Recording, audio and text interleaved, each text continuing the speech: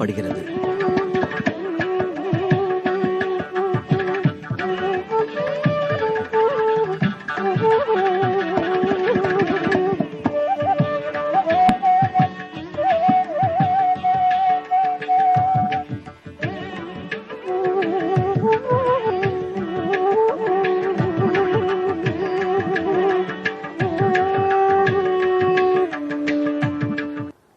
ಭಾವಜ್ಞೇನ ಕೃತಜ್ಞೇನ ಧರ್ಮಜ್ಞೇನ ಚ ಲಕ್ಷ್ಮಣ ತ್ವಯಾ ಪುತ್ರೇಣ ಧರ್ಮಾತ್ಮಾನ್ அசம்பிருத்த பிதாமம.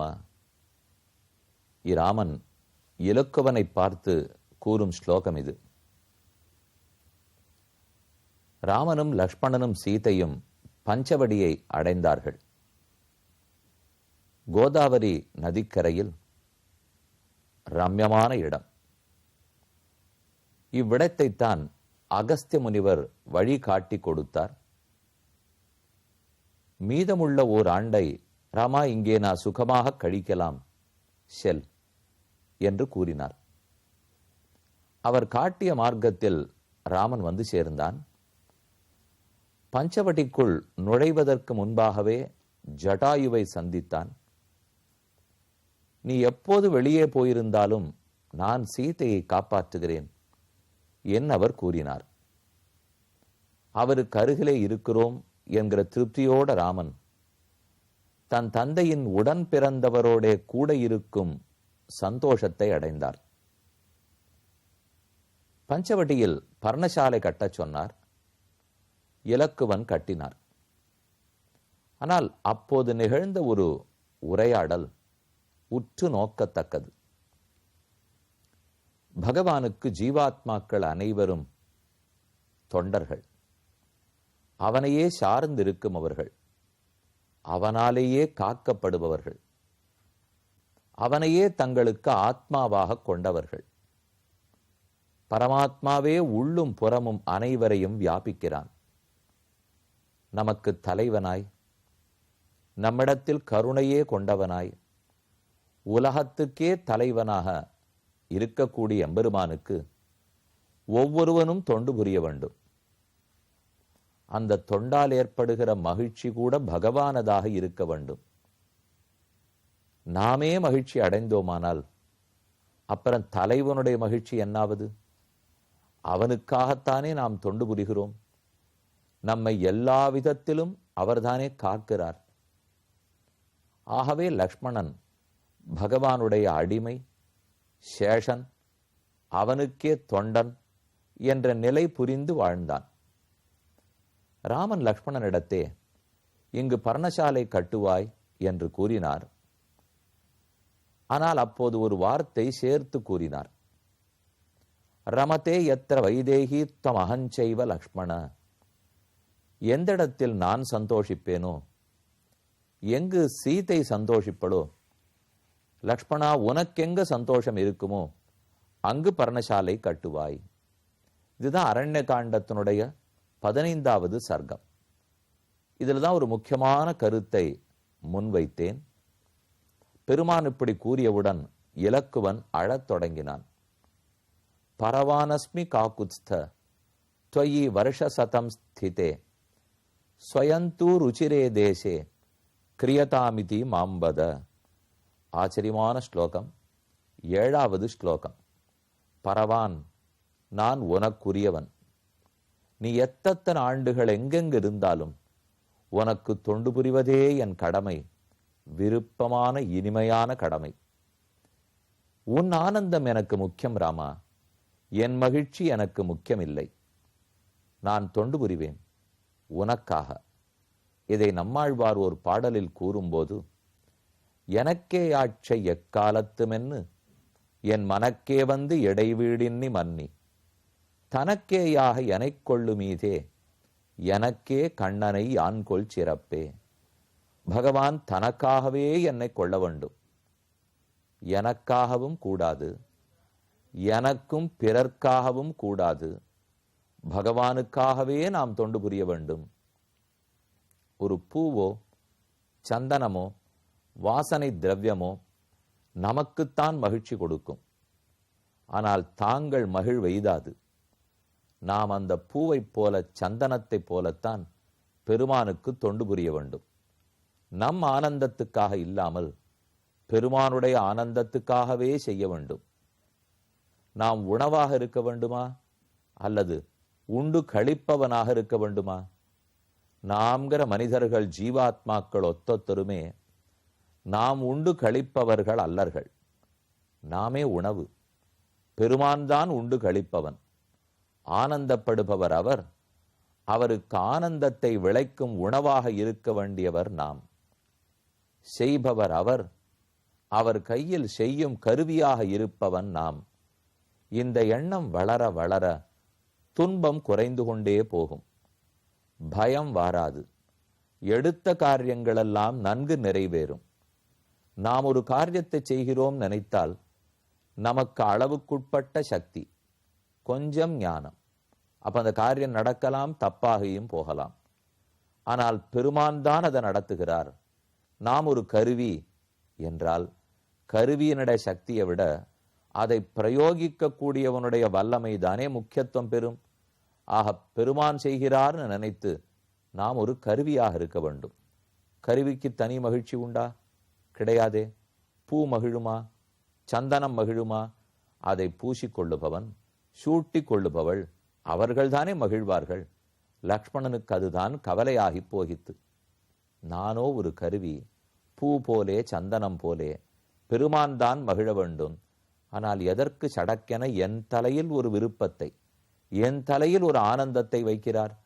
அப்படி என்றால் நம்மை விலக்கி விடப் போகிறார், கைவிட்டு விடப் போகிறார். அந்த வருத்தத்தோடுதான் ராமனுடைய திருவடிகளை பற்றினான். பரவானஸ்மி காகுத்ஸ்த துவயி வருஷசதம் ஸ்திதே. இலக்கவனுடைய இந்த மனத்தை, இந்த கருத்தை நாம நன்னா உள்ள வாங்கினுட்டோம்னால் அப்ப நாம் செய்யறதில்லை, கருவியாத்தான் இருக்க போறோம். நம் ஆனந்தத்துக்காக இல்லை, இறைவனுடைய ஆனந்தத்துக்காகத்தான் வாழப்போகிறோம். இந்த எண்ணம் தெளிவாக புரியும். இது புரிந்து செயல்பட செயல்பட காரியமெல்லாம் நன்கு நடக்கும். நமக்கும் பயமோ துன்பமோ வராது. சின்ன சின்ன விஷயங்கள்ல கூட திருப்தி ஏற்பட்டுடும். எது கிடைத்தாலும் திருப்தி இல்லை என்கிற நிலைமையே மாறிப்போகும். அதற்குத்தான் லக்ஷ்மணன் வழிகாட்டி கொடுத்திருக்கிறார். இந்த ஸ்லோகத்திலேருந்து அதைத்தான் நாம புரிஞ்சுக்கணும். படியாய் கிடந்து உன் பவளவாய் காண்பேனேன்னு குலசேகரருடைய பாடல். நான் கல்லு போலே படிக்கட்டு, பெருமானுடைய திருமுன்பே படி இருக்கிறது. அந்த படி கல்லால் ஆக்கப்பட்டுள்ளது. அந்த கல்லாகவே நான் கிடந்து உன் பவளவாயை காண வேணும். இதுல ஒரு பொருந்தாமை, ஒரு முரண்பாடு இருக்கிறதை உற்று நோக்க வேண்டும். கல்லா பெருமானை காணும்? காண்பவன் கல்லாக மாட்டான். கல்லால் காண முடியாது. ஆனா ஆழ்வார் இரண்டையும் கூறுகிறார். படியாய் கிடப்பேன், அப்ப கல்லார்பேன் அர்த்தம். உன் பவளவாய் காண்பேன், அப்ப ஜீவனாக, அறிவுள்ள ஜீவனாக இருப்பேன்னு பொருள். ஒரு ஜீவனுக்கு அறிவிருந்தாலும் அவன் கல்லு போலே, சந்தனம் போலே, புஷ்பம் போலே பெருமானுக்கு தொண்டு புரிய வேண்டும். நாம் செய்யும் தொண்டை கண்டு பெருமான் ஆனந்தப்படுகிறார். அவர் ஆனந்தத்தை கண்டு நாம் ஆனந்தப்படலாம். அதில் குறையில்லை. உங்களுக்கு ஒரு ஐயம் ஏற்பட்டிருக்கும். புஷ்பத்துக்கோ சந்தனத்துக்கோ படிக்கட்டு கல்லுக்கோ அறிவு கிடையாது. ஆனா நமக்கு அறிவு உண்டு. அறிவற்றவைகள் தாங்கள் மகிழ்ச்சி அடையாமல் இருக்கலாம். அறிவுள்ள நமக்கு மகிழ்ச்சி வேண்டாமா? நாம் கல்லல்லவே கட்டையல்லவே? உண்மையான கேள்வி.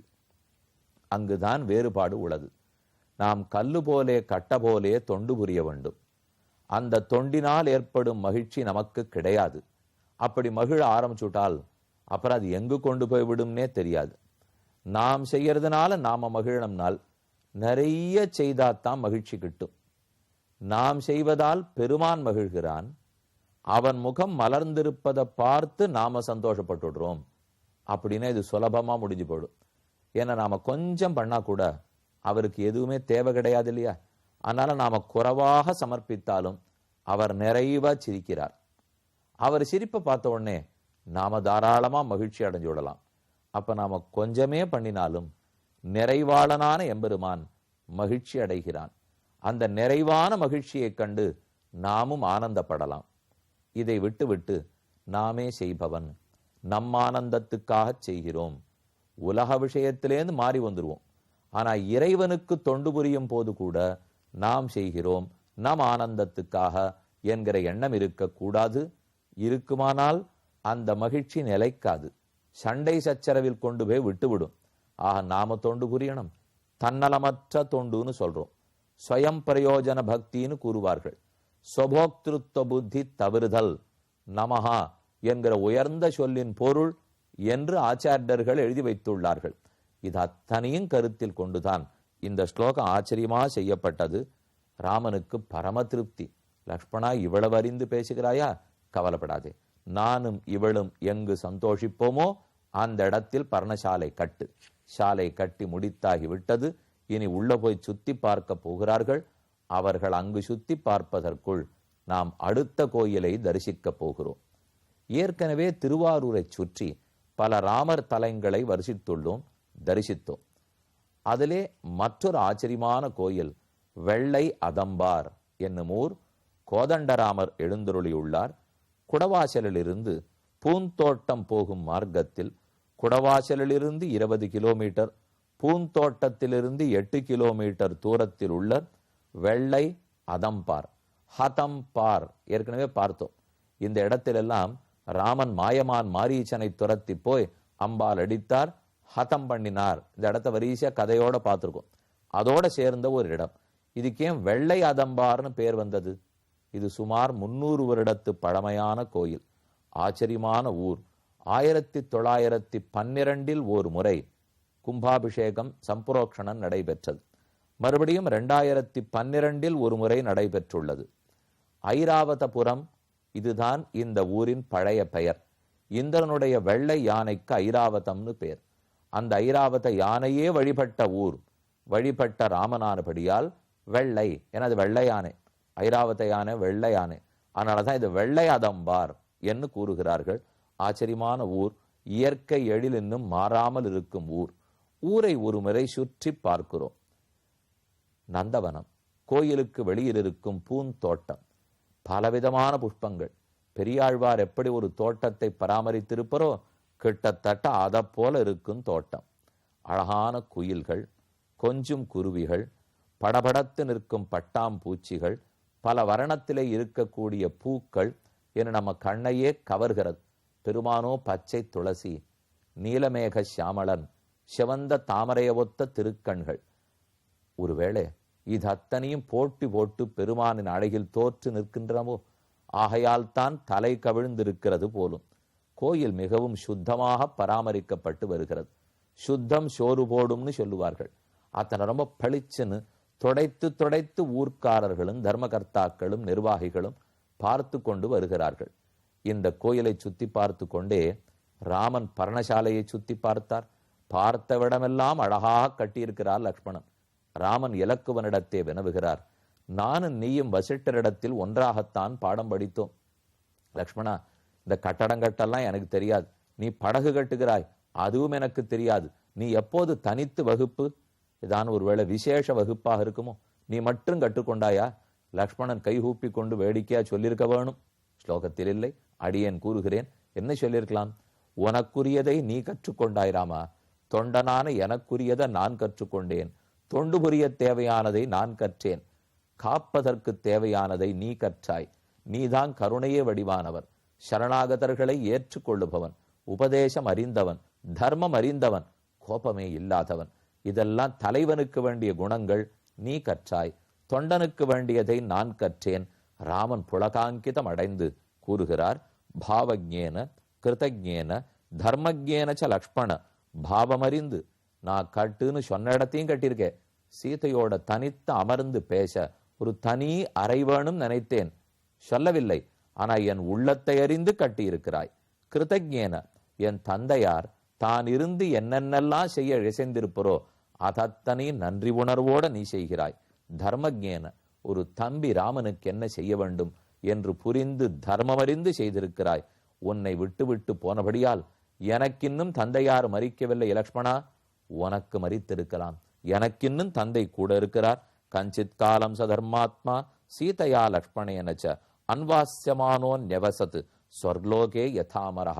ஸ்வர்கலோகத்தில் இந்திரன் இருக்குமா போலே ராமன் சீதையோட பஞ்சவட்டியில் வாழ்ந்து வருகிறார். இனிமேல் தான் கதையில் ஒரு திருப்பம் ஏற்பட போகிறது. நேரே கேட்போம்.